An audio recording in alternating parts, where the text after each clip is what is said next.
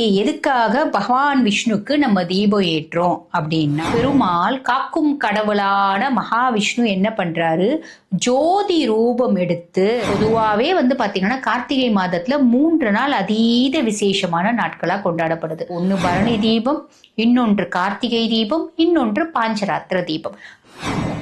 ஆன்மீக பரிகார நேயர்கள் அனைவருக்கும் அன்பான வணக்கங்கள். இன்னைக்கு நம்ம யாரை சந்திக்க வந்திருக்கோம் அப்படின்னு பாத்தீங்கன்னா, அஸ்ட்ராலஜர் டாக்டர் தீபா அருளாளன் மேடம் தான் சந்திக்க வந்திருக்கோம். வணக்கம் மேம். வணக்கம்மா மேம். இன்னைக்கான டாபிக் என்ன அப்படின்னா, பாஞ்சராத்திர தீபம். பாஞ்சராத்திர தீபம் என்னைக்கு ஏத்தணும், அதனுடைய சிறப்புகள் என்ன மேம்? பொதுவா பாத்தீங்கன்னா இந்த பாஞ்சராத்திர தீபம் அப்படின்றது பகவான் விஷ்ணுக்காக நம்ம ஏற்றப்படும் தீபம் அப்படின்னு தான் சொல்லணும்.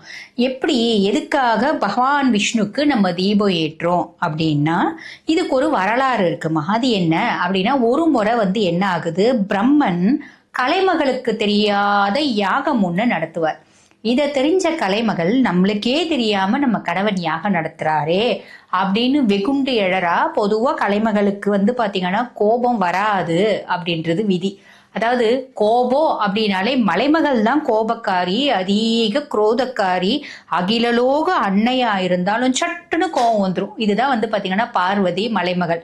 ஆனா அலைமகளுக்கும் கலைமகளுக்கும் கோபம் வராது அப்படின்றது தான் உண்மை. ஆனா அதையும் மீறி இது பாத்தீங்கன்னா அலைமகள் கலைமகள் அப்படின்றதையும் மீறி கணவன் மனைவிக்குள்ள இருக்கிற பிரச்சனை அப்படின்னு சொல்லிக்கலாம்.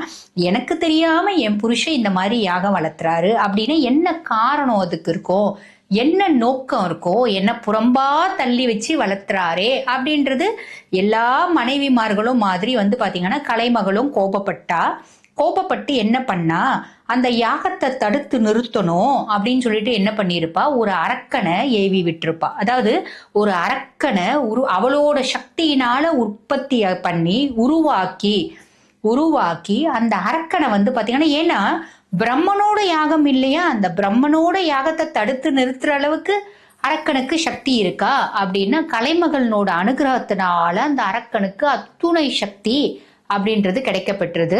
அப்ப அந்த அரக்கனை ஏவி விடும்போது அவன் என்ன பண்றான், உலகை இருள் சூழ வைக்கிறான். உலகம் முழுசும் இருள் சூழ்ந்ததுனால பிரம்மரால யாகம் நடத்த முடியல. ஏன்னா இருள் முழுசும் நினைச்சிருக்கும் போது எப்படி யாகம் நடத்த முடியும்? அப்ப பிரம்மதேவன் ஒரு க்ஷணம் வருத்தப்பட்டு யார்கிட்ட உதவி கேட்கலாம் அப்படின்னு இப்படி திரும்பும் போது சிவபிரான் நிஷ்டையில இருக்காரு. சரி, சிவபிரான நம்ம ஒரு இடையூறு நம்ம அவரோட தவத்துல ஏற்படுத்தக்கூடாதே அப்படின்னு ஒரு க்ஷணம் யோசிக்கும் போது பகவான் விஷ்ணு தெரிகிறாரு.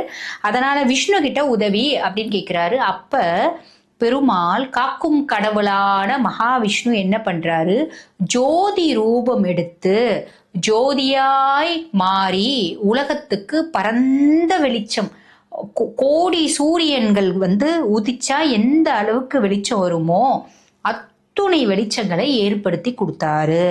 இது நடந்த நன்னாள் எது அப்படின்னு கேட்டீங்கன்னா, இன்னைக்கு இப்ப நம்ம பாஞ்சராத்திர தீபம் அப்படின்னு ஏத்துறோம் பார்த்தீங்களா, அந்த கார்த்திகை மாதத்துல வர அந்த நாள் தான் பாத்தீங்கன்னா இது நடந்தது. அதனால அதை போற்றும் விதமாக இன்றளவும் வைணவ கோயில்களில் இந்த பாஞ்சராத்திர தீபம் அப்படிங்கிறது வெகு விமர்சையாக சிறப்பாக ஏற்றப்படுகிறது அப்படின்னு தான் சொல்லணும். இந்த பாஞ்சராத்திர தீபத்துல நம்ம பகவான் விஷ்ணுவுக்கு நன்றி செலுத்தும் விதமா, பகவான் விஷ்ணு ஜோதியாய் எழுந்தருளியத நினைவு கூறும் விதமா ஏற்றப்படுவதுதாம்மா இது. இது பாருங்க, தீத விசேஷமா விமர்சையா கொண்டாடப்பட்டாலும் வீட்லயும் இதை செய்யறது அப்படின்றது ரொம்ப நல்லது. பொதுவாவே பாத்தீங்கன்னா கார்த்திகை மாதத்துல 3 நாள் அதீத விசேஷமான நாட்களா கொண்டாடப்படுது. ஒன்னு பரணி தீபம், இன்னொன்று கார்த்திகை தீபம், இன்னொன்று பாஞ்சராத்திர தீபம். அந்த பாஞ்சராத்திர தீபம் போதும் பாத்தீங்கன்னா குறைஞ்சது பாருங்க, பூஜை ரூம்குள்ள 5 விளக்கானா ஏத்தணும். அது 5 விளக்கு எதுக்கு அப்படின்னா, பொதுவா பாத்தீங்கன்னா இந்த பரணியும் போதும் 5 விளக்கானா குறைஞ்சது ஏத்தணும், இந்த பாஞ்சராத்திர தீபத்தும் போதும் ஏத்தணும். எதுக்கு அப்படின்னா, 5 பூதங்களும் இந்த அண்டத்தையும் நம் பிண்டத்தையும் ஆளுகின்றன அப்படின்னு திருமூலர் சொன்னாரு பார்த்தீங்களா. அதை உணர்த்தும் விதமா குறைஞ்சது 5 விளக்காவது ஏத்தணும். அதுக்கு மேல உங்களுக்கு எத்தனை விளக்கு ஏத்த முடியுமோ ஏத்துங்க. கார்த்திகை தீபம் போது வீடு ஃபுல்லும் விளக்குனால ஜொலிக்கணும். பாஞ்சராத்திர தீபம் போது வீட்டுக்குள்ள வரைக்குமாவது முழுசும் ஏத்துங்க. இது பாருங்க, பெருமாளோட அனுகிரகம் முழுசும் கிடைக்கிறதுக்குமான ஒரு உன்னதமான நாள் அப்படின்னு சொல்லலாம். இப்ப தீபம் ஏத்திட்டு அன்றைய தினம் பாருங்க, விஷ்ணு பரமாத்மா வழிபாடு பண்றது அப்படின்றது அதீத பலன்களை கொடுக்கும். இப்ப நிறைய பேர் பாருங்க, நாங்க தசாவதாரத்துல கிருஷ்ணாவதாரம் எங்களுக்கு ரொம்ப பிடிக்கும் அப்படின்றவங்க ஒரு பகுதி இருக்கதான் செய்யறாங்க. எங்க தசாவதாரத்துல பாத்தீங்கன்னா நாங்க ஸ்ரீராமச்சந்திர மூர்த்தியை தான் கும்பிடுவோம் அப்படின்றவங்களும் இருக்காங்க. நாங்க பாருங்க இவரதான் நரசிம்மரை தான் கும்பிடுவோம் அப்படின்றவங்க இருக்காங்க. நாங்க அயக்ரீவரை தான் கும்பிடுவோம் அப்படின்றவங்க இருக்காங்க. இப்படி தசாவதாரத்திலயும் ஒவ்வொருத்தவங்களுக்கு ஒவ்வொரு அவதாரம் அப்படின்றது பிடிக்கதான் செய்யும். ஆக பெருமாள் எந்த அவதாரத்துல நீங்க வழிபாடு பண்ணாலும், இப்ப உதாரணத்துக்கு நம்ம பாருங்க கிருஷ்ண பரமாத்மா வழிபாடு பண்றோம் அப்படின்னா அன்றைய தினம் பாருங்க கிருஷ்ணாஷ்டகம் பாராயணம் பண்ணுங்க.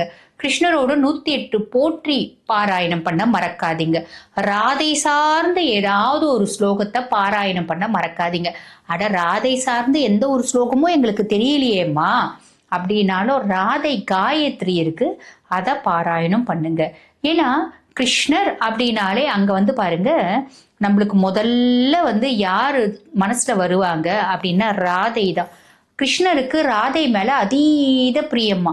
கிருஷ்ணருக்கு எந்த அளவுக்கு சத்து இருக்கோ அதுல பாத்தீங்கன்னா, அதாவது சக்திகள் இருக்கோ அதுல பகுதி ராதைக்கும் இருக்கிறதா பாத்தீங்கன்னா ஒரு ஐதீகம்.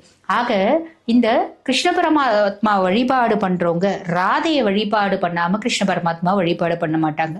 கிருஷ்ணரை கும்பிட்றதுக்கு முன்னாடி ராதே ராதே ராதே ராதே ராதே ராதே அப்படின்னு சொல்லிட்டு வழிபாடு பண்றவங்க தான் பாத்தீங்கன்னா கிருஷ்ணருக்கு அதீத பிரியமானவர்கள் அப்படின்னு சொல்லுவாங்க.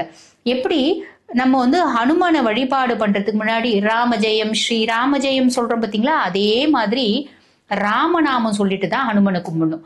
அதே மாதிரி ராதையினோட நாமம் சொல்லிட்டு தான் ராதே ராதே ராதே ராதே ராதே ராதே அப்படின்னு சொல்லிட்டு நம்ம கிருஷ்ண பரமாத்மாவை கும்பிடும் போது கிருஷ்ணரோட அனுகிரகமும் கிருஷ்ணரோட கருணையும் கிருஷ்ணரோட பாசமும் கிருஷ்ணரோட கடாட்சமும் சட்டுன்னு கிடைச்சிடும் அப்படின்றது ஒரு ஐதீகம். புரியுதுங்களா? சரி, ராமபிரான கும்பிடுறோம் அப்படின்னா ராமபிரான கும்பிடும் போது சீதாராமன் அப்படின்னு சொல்லுவாங்க இல்லையா? சோ சீதைய கும்பிட்டுட்டு ராமபிரான கும்பிடுங்க. இல்ல ராமபிரான கும்பிடுறீங்க, சீதைய கும்பிட மறக்காதீங்க. ஆக ராமரை வழிபாடு பண்றது அப்படின்னாலும் சீதைய வழிபாடு பண்ணணும். அப்பதான் பாருங்க அந்த வழிபாடு முழுவதுமாக பலிதமாகும் அப்படின்னு சொல்லுவாங்க. ஆக நீங்க யாரை கும்பிடுறீங்க, தசாவதாரத்துல எந்த அவதாரங்களை கும்பிட்டாலும் நீங்க இப்படித்தான் கும்பிடணும். அதுக்கும் மேல அயக்ரீவரை நீங்க கும்பிடுறீங்க அப்படின்னாலும் மகாலட்சுமி தாயார கும்பிடணும். ஏன்னா அயக்ரீவரை பத்தி சொல்லணும் அப்படின்னா அரக்கர்கள் நம்ம வேதங்களை பாத்தீங்கன்னா பிரம்மா கிட்ட இருந்து திருடி செல்வாங்க. அதை மீட்டு கொடுக்க அயக்ரீவ அவதாரம் எடுப்பாரு பகவான் விஷ்ணு. மீட்டு கொடுத்து அந்த வேதங்களை மீட்டு பிரம்மர் கிட்ட கொடுத்த பின்னாடியும் அவரோட உக்ர அடங்கலையா, அவரோட கோபம் அடங்கலையா. அப்ப மகாலட்சுமி தாயார் அவர்கிட்ட போய் நெருங்கின பின்னாடிதான் அவரோட கோபம் அடங்குச்சான். ஆக அயக்ரீவரை கும்பிடுறீங்க அப்படின்னாலும் அயக்ரீவரோட மந்திரம் சொல்றீங்க அப்படின்னா மகாலட்சுமி தாயாரோட மந்திரம் சொல்ல மறக்காதீங்க. இன்றைய தினம் இந்த மாதிரி தசாவதாரத்தை எந்த அவதாரம்னாலும் கும்பிடுறது அப்படின்றது அதீத பலனை கொடுக்குமா. குடும்பத்துக்கு நல்ல நிம்மதி, சந்தோஷம், குதூகலம், மகிழ்ச்சி, அஷ்ட ஐஸ்வர்யம் கிடைக்க ஒரு உன்னத வழிபாடா இருக்குமா இன்றைய நாள். ரொம்ப அழகா தெளிவா பாஞ்சராத்திர தீபத்தின் சிறப்புகள் பத்தி ரொம்ப சூப்பரா சொன்னதற்கு நன்றி மேம். நன்றி.